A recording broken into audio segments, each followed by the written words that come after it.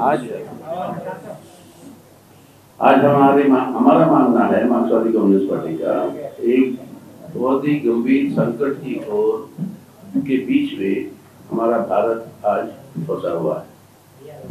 ये संवैधानिक व्यवस्था जो हम देख रहे हैं आज, इसको पूरा का पूरा जो मुख्य 4 स्तंभ है हमारे संविधान में, धर्मनिरपेक्ष जनतंत्र, आर्थिक आत्मसंप्रभुता, सामाजिक न्याय और संघवाद, यानी केंद्र और राज्यों के बीच में संवाद, ये चारों जो बुनियादी स्तंभ है, इन चारों स्तंभों के ऊपर एक बहुत बड़ा हमला आज चल रहा है।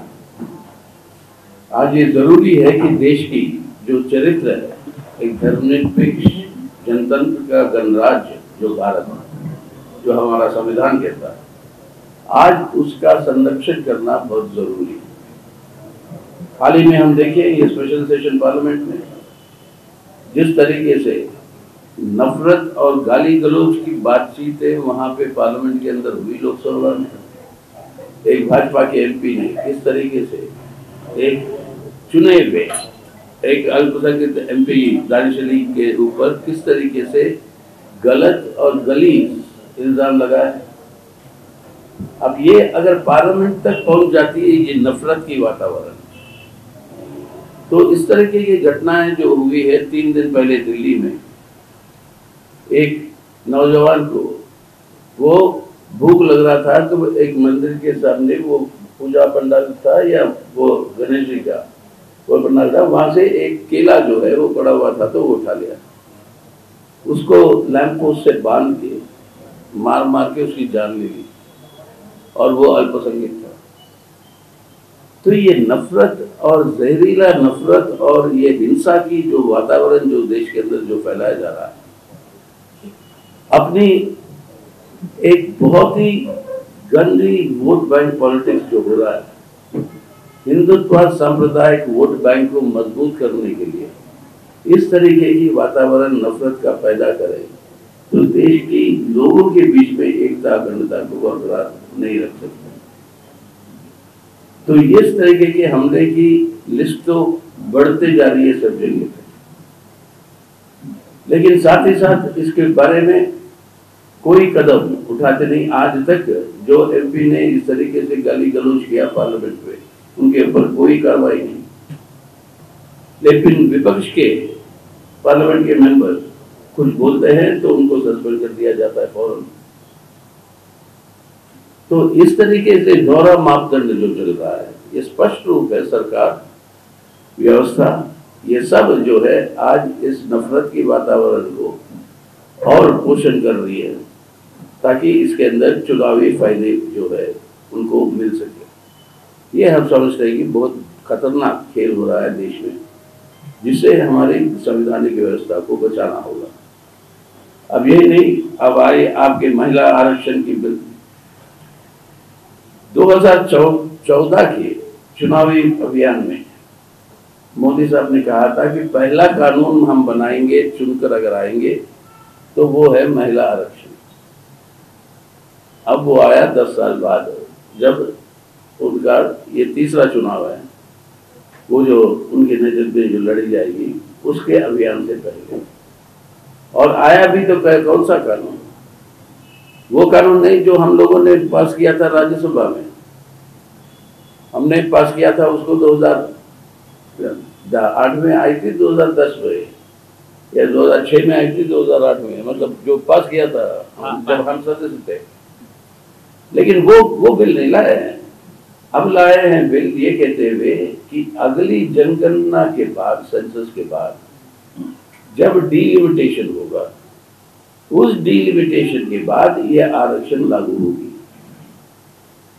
अब 2021 की जनगणना तो हुई नहीं, अभी बंद पड़ी है, चुनाव से पहले अब होने वाला नहीं है। अब होगा भी तो चुनाव के बाद ही होगा, 2025 के आसपास। जनगणना के बाद डीलिमिटेशन के काम में कम से कम 5 साल लगते, और 5 साल का मतलब 2030, यानी 2029 की चुनाव में भी महिला आरक्षण लागू नहीं होगा। अगर होगा तो 2034 की चुनाव में, यानी 10 साल बाद।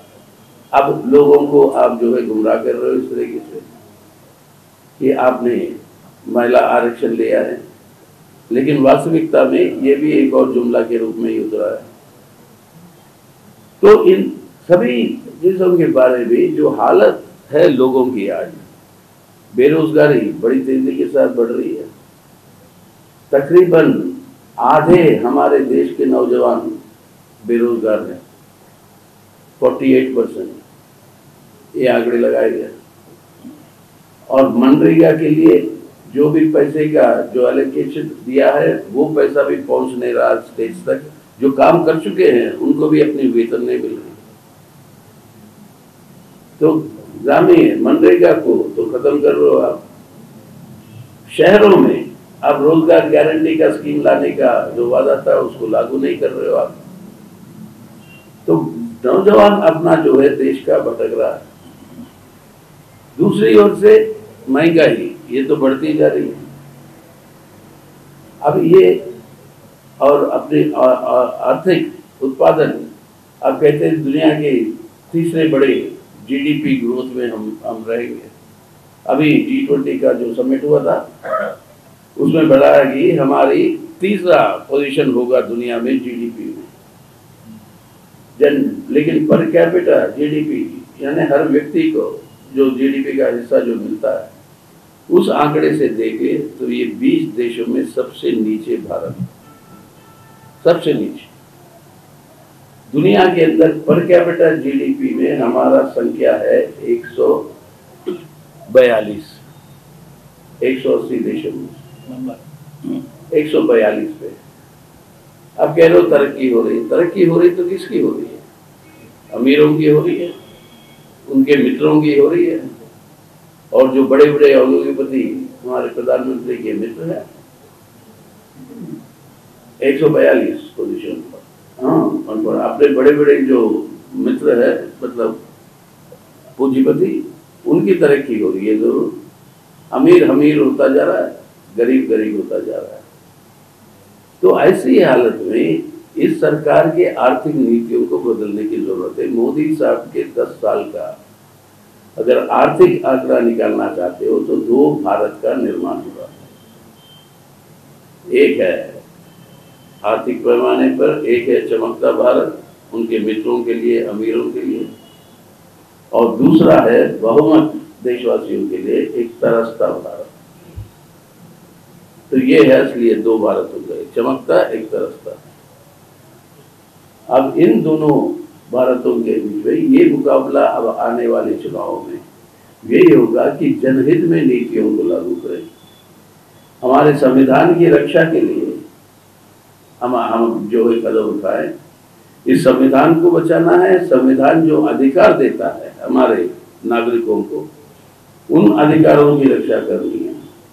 और ये चारों मुख्य स्तंभ, जो मूल स्तंभ, बुनियादी स्तंभ जिनके बारे में मैं जिक्र कर रहा था, इनको बचाने की जरूरत है। इसलिए सभी धर्मनिरपेक्ष पार्टियां इकट्ठा होकर ये इंडिया के ग्रुप में शामिल हुए हैं, आए हैं। एक ही मकसद है इधर कि आज के दिन भारत को बचाना है ताकि आने वाले दिन एक बेहतर भारत को बनाना।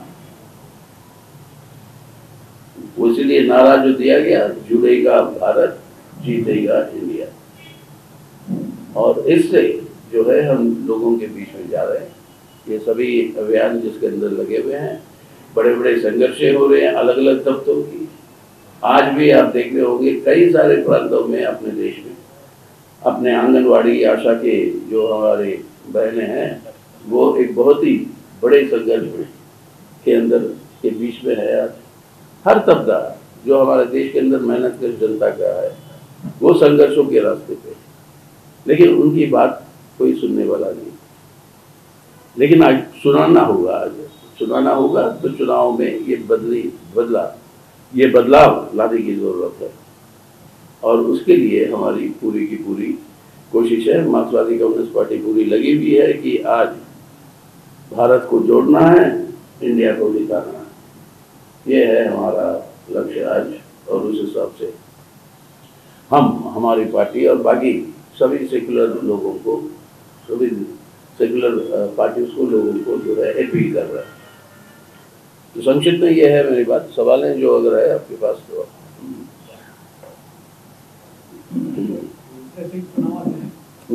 चुनाव जैसे ही आते हैं तो अर्बन नेशनलिज्म का एक वर्ड कॉइन किया जाता है और कहा जाता है कि कांग्रेस ठीक है और अभी जो प्राइम मिनिस्टर का स्टेटमेंट है कि अर्बन नेशनलिज्म कांग्रेस को खींच रहा है, कांग्रेस खींच रहा है, तो आपको किस तरह से देखते हैं चीजों को? देखिए क्या ये वास्तविकता नहीं है कुछ, मतलब अर्बन नेशनलिज्म वास्तविकता में है और क्या वो अर्बन नेशनलिज्म कांग्रेस को खींच रही है? ये जो प्राइम मिनिस्टर का परसों का स्टेटमेंट था उसको आप किस तरह से देखते हैं? भाई ये सब जो ये अर्बन नक्सल कौन है, ये सवाल पूछा गया था पार्लियामेंट में।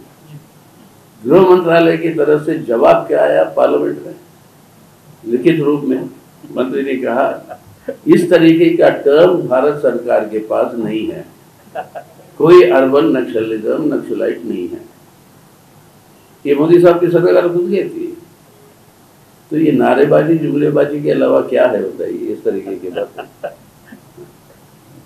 अगर अर्बन नक्सलिज्म कुछ होता तो बताते ना पार्लियामेंट में। सरकार कहती है ऐसा कोई टर्म नहीं है।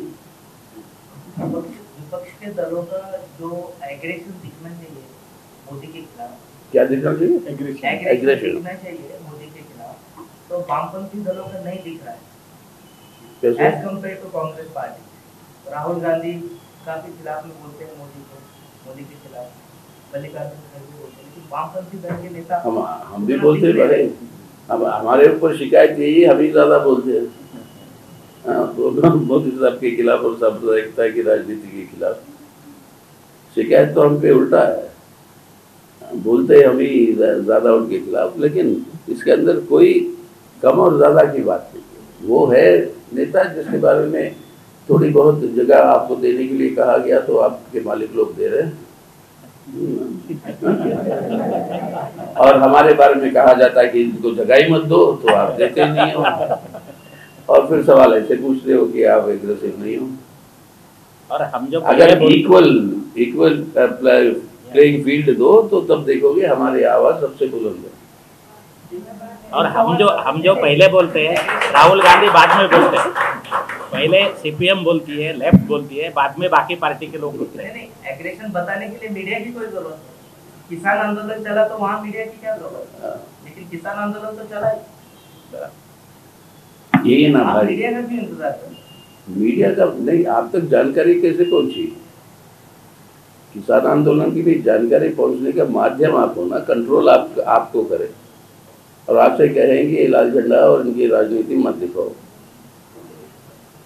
तो जो लोग देखेंगे, जो शामिल होंगे, उनको तो पता है, लेकिन बाकी लोग तक वो पहुंचते नहीं है, और जिनका कुछ नहीं है वो पहुंचा देते हो आप। अभी जो बोले हैं वो आप दीजिए कल। नहीं, आपने एकदम नजदीक जी इंडिया अलायंस आपने बनाई है, तो महाराष्ट्र के तौर पर देखा जाए तो जो मेन कांग्रेस और राष्ट्रवादी है और ठाकरे का है, तो दोनों की अनबैलेंस है। विधानसभा का जो मैटर चल रहा है, तो बीजेपी को हराने के लिए महाराष्ट्र में क्या रणनीति लगाई गई है, या फिर वो हासिल कर पाएंगे, ये जो पॉलिटिकल व्यू हो रहा है? देखिए, चुनाव में हराने के लिए भाजपा को महाराष्ट्र के अंदर हम चाहते हैं कि, और यही रणनीति लगाई है कि महाराष्ट्र विकास अघाड़ी जो है उसको और विस्तार करें, बहुत मजबूत करें, और उसी के लिए बातचीतें चल रही है, चर्चाएं हो रही है। और महाराष्ट्र विकास अघाड़ी के अंदर जो सीट शेयरिंग का जो अरेंजमेंट होगा वो पूरा सिलसिला फाइनल होगा। इंडिया के अंदर जो तय हुआ ये है 3 मुख्य बातें। एक कि अभी ये दशहरा के बाद से, दिवाली से पहले से शुरू करेंगे हमारी जन अभियान, यानी अलग अलग जगहों पर पब्लिक मीटिंगें होगी, अलग अलग इश्यूज को हाईलाइट करते हुए।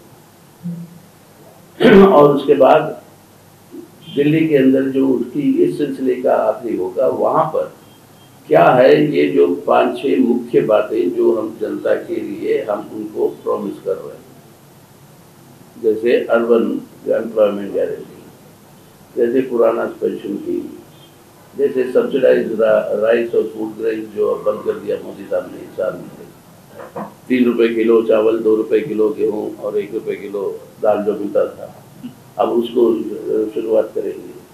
और इस तरीके से अपने मजदूर के, किसान के, मतलब इन सवालों पे 5-6 मुख्य बातें वो घोषणा होगी। उसके बाद आएंगे ये 5 प्रदेश के चुनाव, और उसके बाद से मतलब जो पूरी की पूरी अभियान पूरे देश भर में वो फैलेगा।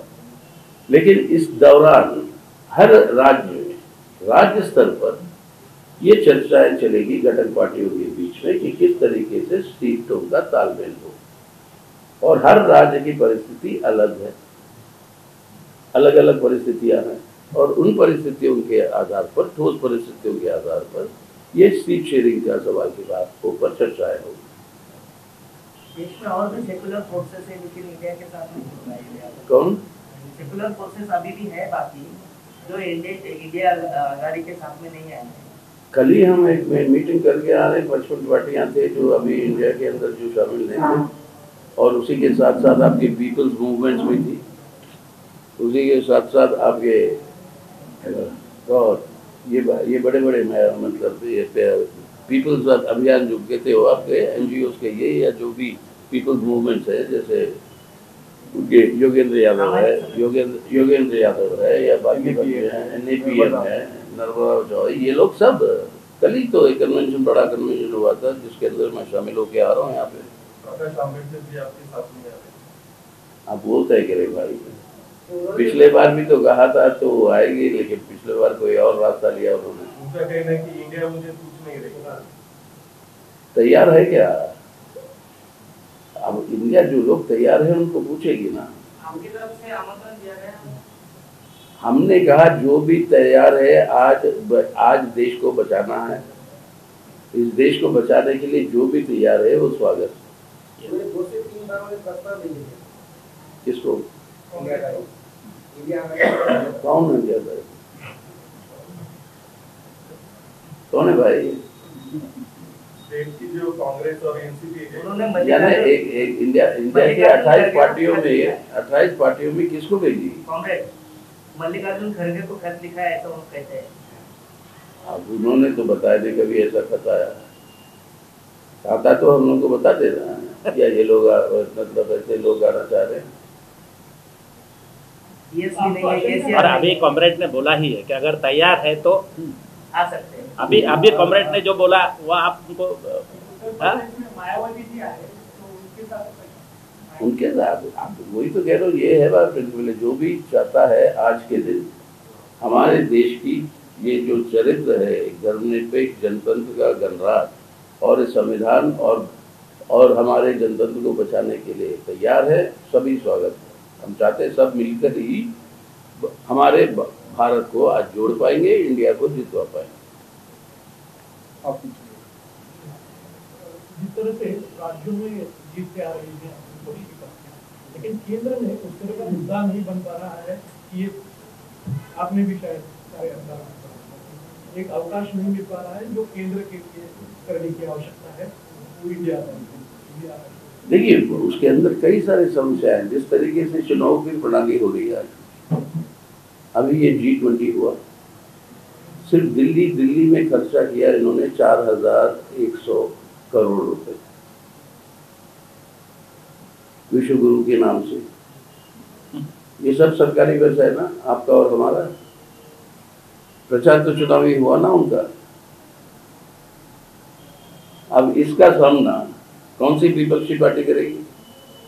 कर सकती है। सरकार को इस्तेमाल करो अपने प्रचार के लिए, और आज से या कल से फिर नया इलेक्टोरल बॉन्ड्स का इंस्टॉलमेंट खुल रहा है।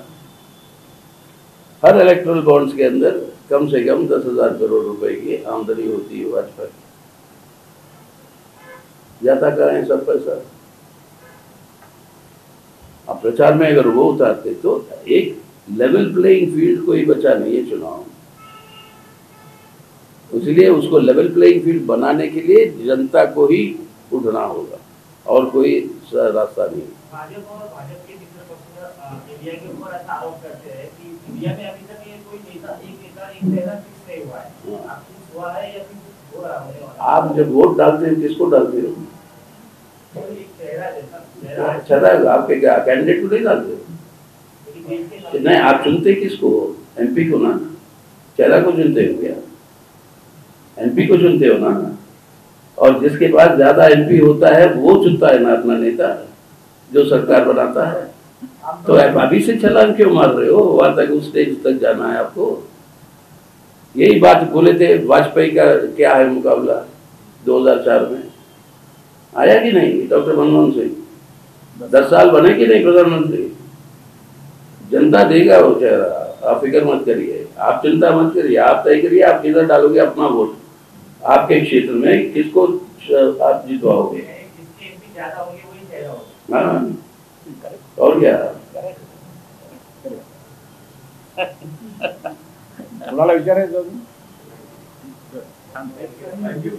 Okay, thank you.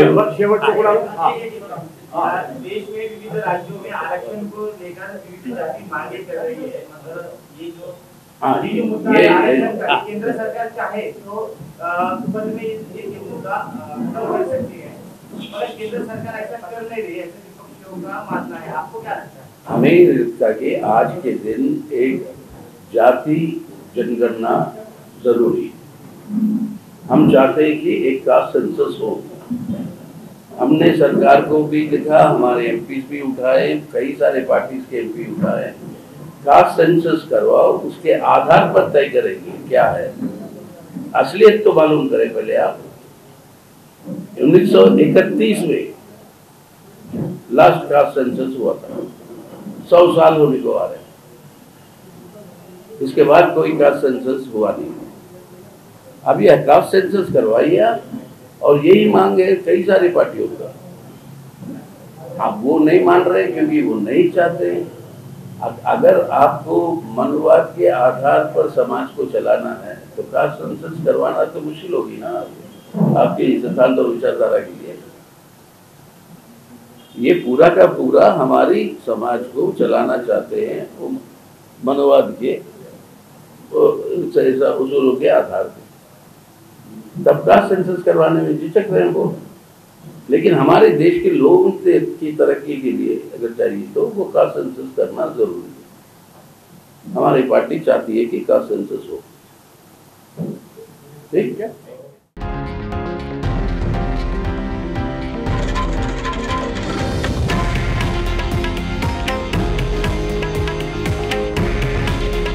हे आहे देशातील नंबर 1 न्यूज नेटवर्क आणि आपण पाहत आहात TV9 मराठी। काळजी तुमची, हित महाराष्ट्राचं।